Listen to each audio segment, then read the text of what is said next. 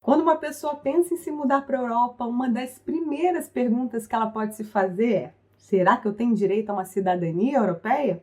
E um dos principais caminhos para a tão sonhada cidadania é através de um descendente europeu.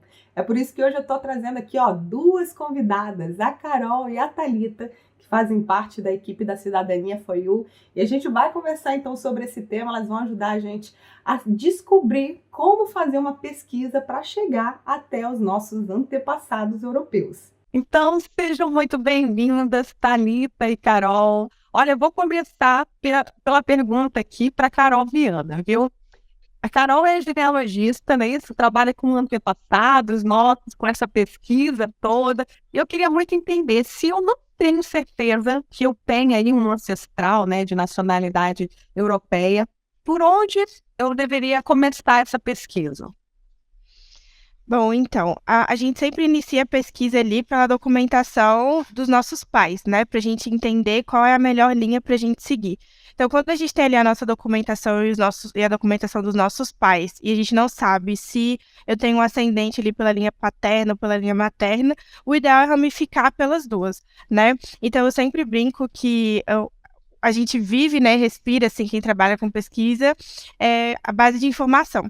Então, a gente vai ter informações dentro de registros civis de uma pessoa, ali, um nascimento, um casamento e o óbito. Então, a gente começa ali por essas documentações, né?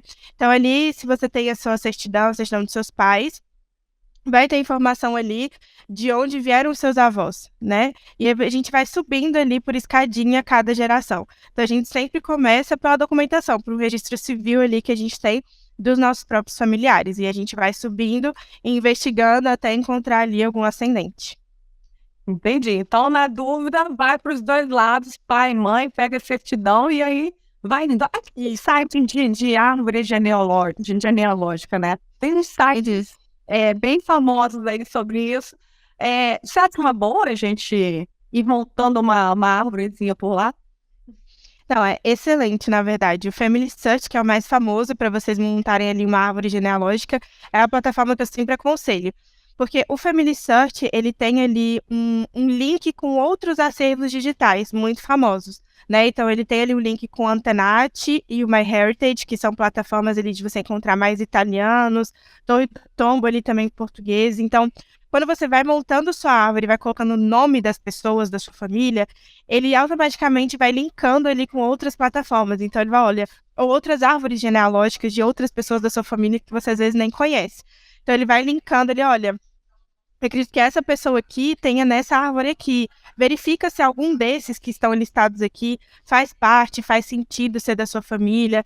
Então, o Family Search é o que eu mais aconselho, porque todas as pessoas colocam ali as informações dos seus familiares, né? Então, ali é o local que eu mais aconselho a montar a árvore genealógica. E me diga uma coisa, tem um tal de teste de DNA? Eu já fiz, é um teste de DNA global para saber de onde vêm seus antepassados. Aquele ali é correto? Você consegue ter uma ideia realmente se você tem algum antepassado de origem, né, europeia, para ir já alertar ali e falar, opa, peraí, eu tenho um alemão, eu tenho um italiano na família. Funciona. Olha, na maioria dos casos, sim, funciona. Ele tem ali uma porcentagem boa de assertividade. O problema que eu sempre falo ali para os nossos clientes é encontrar as informações, né? Então, assim, tem ali um certo grau de assertividade, faz um sentido, realmente, você tem um pouco de sangue espanhol, um pouco de sangue alemão, faz ali muito sentido, né? O problema é ali você encontrar certidões, porque quanto mais antigo for ali o seu ancestral, mais difícil é encontrar um documento, né? Na Europa, eu até sempre falo com o pessoal, é mais fácil, assim, eles guardam mais documento, eles têm esse amor, esse apego, ele documenta um registro de uma pessoa. Mas enquanto tá aqui no Brasil é um pouquinho complicado, né? Porque hoje o pessoal não tem tanto cuidado assim com o documento. Então é mais difícil encontrar ali as informações, sabe? Para provar. Eu imagino que seja complicado até mesmo nessa pesquisa aí de documentos, essa situação de mudança de nome, casou e mudou o nome, mas talvez não esteja registrado da forma exata, né? Ou muda uma letra. Muitos migrantes que saíram da Europa e foram para o Brasil, por exemplo, trocaram algumas coisinhas, não é isso? Isso, é bem comum, porque quando eles chegavam aqui no Brasil, eles não poderiam manter o nome estrangeiro. Então, era um processo que a gente chama hoje de aportuguesamento, né? Que é quando eles pegam ali um Giuseppe e transformam num José aqui no Brasil, né? E o sobrenome, às vezes, ali é Gotti com 2 T's, veio aqui para o Brasil com um T e um E no final. Então, é muito comum, até porque na época que eles chegavam aqui, né? No Brasil, principalmente, ainda era um país muito analfabeto. Então, a comunicação era muito ruim entre as duas pessoas, né? Entre os dois países, digamos assim. Então, eles não entendiam. Então, o que eles entendiam ali, eles escreviam na certidão, a outra pessoa não validava e passava para frente dessa forma, né? Então, é muito comum ter o aportuguesamento e também ali um erro na grafia pela escuta, né? Que a gente fala, né? É muito comum. Aham, entendi. E me diga uma coisa, se eu já fiz ali, então, uma pesquisa, já consegui detectar ali que meu avô, meu bisavô, tem origem, né, europeia, mas eu não tenho acesso a esses documentos, né? Então, o documento da minha avó já se perdeu, já são falecidos. E aí? Se eu já sei que eu tenho, mas não consigo chegar até eles, qual é o caminho? Então, é o caminho da pesquisa genealógica mesmo, sabe? De fato, a gente não precisa ter uma certidão antiga ou cópia desse documento para conseguir encontrar essa certidão. Então, exemplo, na sua certidão vai estar ali o nome dos seus pais e o nome dos seus avós. Provavelmente, na sua certidão inteiro teor, que a gente chama que é o formato ali de um documento que ele tem mais informação, é bem mais rico, a gente começa a pesquisar através dessas informações. Então, exemplo, fala que o seu avô era natural do Rio de Janeiro. Então, a gente já sabe que o local que a gente vai encontrar ali, a certidão provavelmente dele é no Rio. Então, a gente começa a delimitar recortes temporais e geográficos, né? Temporais é quando e geográfico é onde, né? Então, esses são os dois pilares principais que a gente segue. Então, olha, onde eu sei que ele já, aqui na certidão dela, fala que a família era natural do Rio de Janeiro, ou casou no Rio de Janeiro. Então, eu já sei que eu vou procurar um casamento. Fala ali mais ou menos a idade, né, deles, ou eu vou a partir da sua certidão ali de nascimento, e aí eu vou começando a pesquisar. Então, é um trabalho mesmo de formiguinha, que a gente entra ali em contato com os cartórios, ou a gente vai buscando ali nos acervos online, né, os mais famosos, né, o Family Search é um deles, que tem ali alguns acervos, alguns livros de alguns cartórios do Rio de Janeiro. Aí a gente vai folheando página por página de cada livro para poder achar uma certidão. Então, às vezes tem livro que tem 3.000 páginas, 300 páginas, e aí a gente vai ali nesse trabalho de ler. E a gente tem que ter um conhecimento paleográfico, né, para entender as escritas antigas, porque era tudo escrito à mão nos livros, então a gente tem que entender o que está escrito ali para poder encontrar a certidão. Então, esse é o caminho. De fato, ali a gente vai encontrando através das informações e histórias da família também. É muito importante, olha, a minha família eu lembro que veio do Rio de Janeiro, eu tenho alguns tios lá, eu tenho alguns tios em Minas Gerais, então história de família também é muito importante. Eu sempre brinco que tem cliente que chega falando assim, olha, eu sei que eles falavam embolados, eram brancos dos olhos azuis, né, os familiares. Eles acham que essa informação não é importante. Mas é muito importante saber se estava nevando na época, porque a gente sabe, olha, então, talvez essa época no Brasil, vamos supor, né, nevou, aconteceu algum fenômeno natural, numa época X, então, se a família lembra, a gente vai buscar mais ou menos esse recorte temporal, então a gente vai juntando tudo, sabe? Tanto a informação das certidões, quanto as informações das histórias da família, e vai construindo, né, possíveis locais, possíveis tempos em que aquilo aconteceu, aquele fato em questão aconteceu. Uau, eu tô pensando, é muito trabalho, porque uma das próximas perguntas era justamente essa, eu consigo fazer sozinha, é um processo fácil? Assim, até possível, né, mas pelo trabalho, já tô me vendo com aqueles livros todos do cartório e pesquisando, olhando página por página, é bem complicado. É um trabalho difícil, né? Você tem que gostar muito de história, né? Eu acho, porque você tem que entender o que aconteceu ali naquela região. Tudo influencia, uma guerra civil, uma guerra mundial, influencia saber se naquela época, será que ainda vai ter aquele documento ali? Muitos acervos, né? Muitos cartórios trocam ali de região, então às vezes naquela época o seu avô nasceu numa região que não existe mais. Então a gente tem que saber que todos os acervos foram para outro cartório, numa região vizinha. Então, assim, é um trabalho, mas é um trabalho muito gostoso, né? Eu sou suspeita para falar, né? E é possível fazer esse trabalho ainda do Brasil? Porque você tem que chegar até o parente aí europeu, e pode ser que ele esteja mais distante, né? Então, você vai ter que começar no Brasil, mas em algum momento você vai ter que chegar para a Europa. Então, como se faz isso, essa comunicação entre os cartórios? Então, hoje é super possível você fazer pesquisa de qualquer lugar que você esteja, sabe? Porque hoje muitas instituições sobem todos os seus acervos, os seus livros nas plataformas online, então é possível sim. Hoje também tem muitos registros bloqueados, né? Pode ser uma dúvida que surge aí, né? Então, já vou comentar. Por causa da LGPD, que é a Lei Geral de Proteção de Dados, muitos arquivos eles foram bloqueados para que só familiares tivessem acesso aos registros dessas pessoas.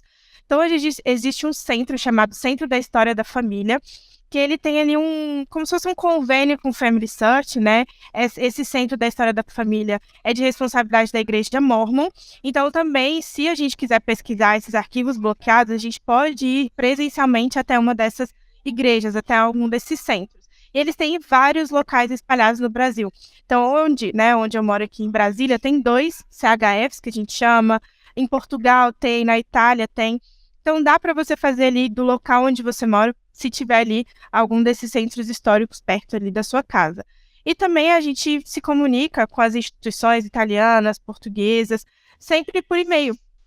Também é super possível porque até hoje eles preferem que a comunicação seja feita dessa forma para eles protocolarem o pedido. Então, os italianos, por exemplo, são super organizados em relação a isso. Eles preferem que mande um e-mail, eles mandam o número do protocolo, eles falam ali que vão pesquisar. Então, é possível. Acaba que pode ser um pouco mais demorado, porque você vai depender ali da resposta de uma outra instituição, mas também é super possível fazer isso de qualquer lugar do mundo. Só ali saber se comunicar com o outro, né? E, em geral, assim, esse processo ele pode levar anos ou é algo, claro, né? Se a pessoa faz sozinha, é sempre mais complicado. Na cidadania, vocês fazem toda essa pesquisa desde olha, eu acho que eu tenho um antepassado. Eu posso procurar vocês e vocês fazem isso?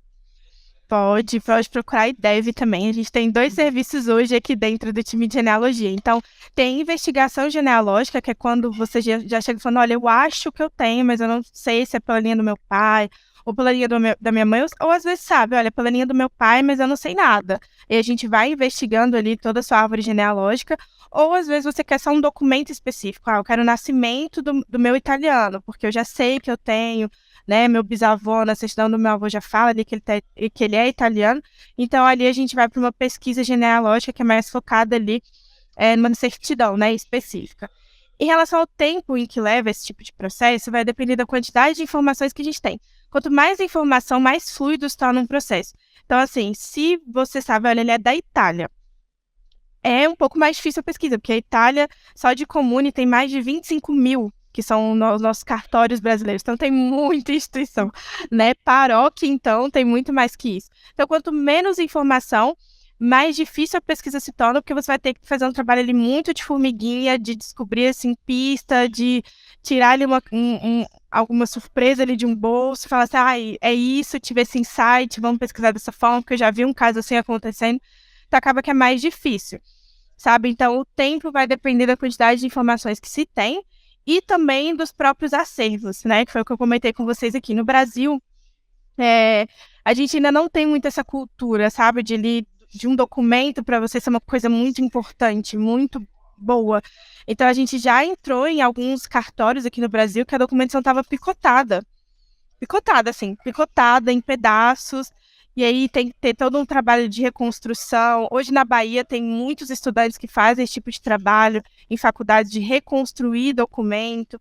Então, depende de alguns fatores para a pesquisa ela ser mais rápida ou mais demorada, né? E um dos fatores mais principais são esses, né? Ali, a quantidade de informação e como que está a qualidade dos acervos dentro dos cartórios, dentro das igrejas. Como é que eles mantêm esses arquivos para que eles possam consultar e a gente entender ali o que está escrito, sabe? Então, depende um pouquinho ali desses 2 fatores. Imagino. Você falou sobre a questão do acervo, você tinha dito ali que também tem esse acervo digital, né, virtual, onde tem nessas árvores genealógicas, vocês fazem cruzamentos de dados, né? Então, a gente tem aí de acervo, são os cartórios, as igrejas, que você disse, também tem documentos, é isso? e os virtuais. Isso. E aí na Itália, né, são os comunes, em Portugal as conservatórias, né, mas via de regra são cartórios e igrejas, né, que tem esse tipo de documento. Entendi. E a cidadania foi vocês trabalham com consultoria para essas duas cidadanias, italiana e portuguesa.